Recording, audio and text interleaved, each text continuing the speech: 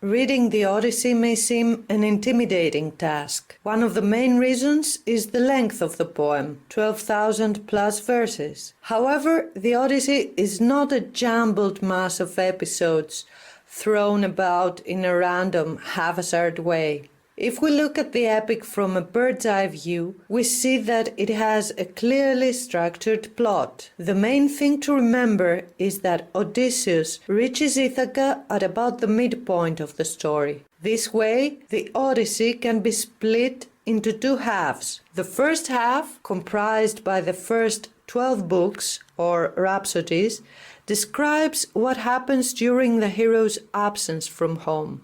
The second half, the remaining 12 books, details the events that unfold after the king sets foot on Ithaca. Likewise, this first half is not one big block of text. It contains several separate, articulated pieces of action that move the plot forward and help bring Odysseus home. Let's see how all this works together. The first 4 books of the Odyssey are concerned with young Prince Telemachus, Odysseus' son. This part shows the boy at Ithaca, presents us with his situation, his problems, and what he plans to do in order to solve them. The second part, books 5 to 12, shifts the focus of the story, bringing Odysseus himself to the forefront. We learn what his own situation is, we get the scoop on his adventures after he left Troy, and we follow along as he finally reaches Ithaca.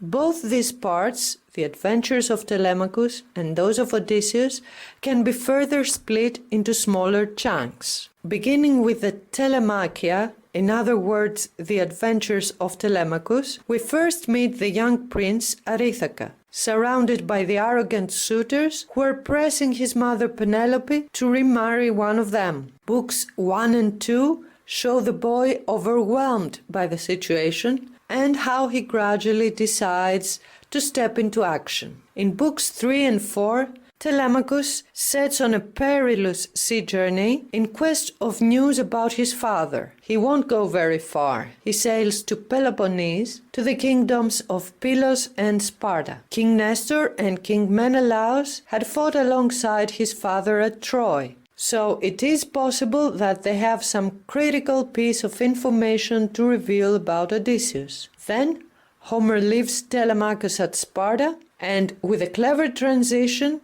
he catches up with Odysseus himself. This part, the adventures of Odysseus before his arrival at Ithaca, is also comprised of several distinct chunks. Our first in-person meeting with the hero takes place at the island of the powerful sea nymph Calypso. The goddess holds Odysseus captive. However, she has to let him go, for this is the will of Zeus. We watch Odysseus building a raft and sailing again for Ithaca. His greatest enemy, the sea god Poseidon, takes heed of the hero's departure and he wreaks a tempest on him. Odysseus is rescued by another goddess, who throws her veil at him, telling him to tie it around his body. This he does, and he finds himself shipwrecked, reduced to nothing but his own life on an unknown beach. Nausicaa, princess of Phaeacians, finds Odysseus and takes care of him. She even instructs him to go to the royal palace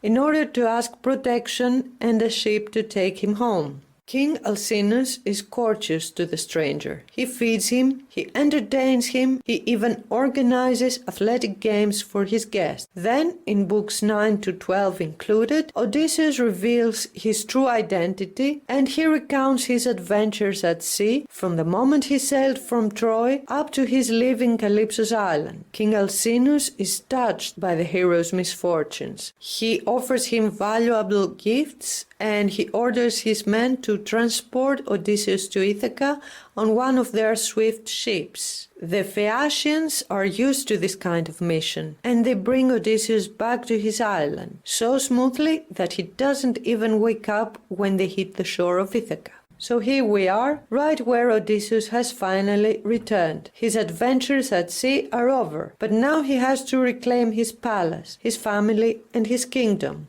Homer also splits this second half of the Odyssey in manageable chunks. First, we follow the king, alone, disguised as beggar, seeking refuge at a swineherd's pen. While the loyal slave and his disguised master exchange stories, goddess Athena goes to Sparta and besteers Telemachus, who promptly returns to Ithaca. The swine pen is near the beach, so Telemachus goes there first and meets the unknown beggar. When the two men are left alone at a certain moment, Odysseus reveals himself. Father and son are now reunited and draw their plans on how they will regain the palace. As we've seen by now, the Odyssey gradually progresses from the story of the son to the story of the father, to the story of these two together, and to how they will accomplish their shared goal of reuniting the family. After the recognition scene, Homer describes a chain of events, like how Odysseus enters the palace, still disguised as a beggar, how he evaluates the loyalty of his people, how he is revealed to a handful of servants who will help him with his plan, and this chain of events will eventually lead up to the bloody climax, the killing of the suitors. After slaying the intruders, Odysseus is recognized by his wife. The couple will spend the night together in utter happiness. They both deserve it. So, man meets woman, and the family is one again. Soon, Odysseus' father, the elder Laertes, enters the picture. And let's not forget their loyal slave, Euryclea, who had raised both Odysseus and his son, just like a mother would. To sum this video up, we see how the Odyssey can be split into distinct parts that are joined together, and this helps us grasp the overall plot of the poem. First, we are acquainted with Telemachus, and we learn about his life and his adventures. Then we meet Odysseus and learn about his own adventures far from home. Finally, we watch everything that happens on Ithaca up to the point where Odysseus becomes once again master of his home and his kingdom.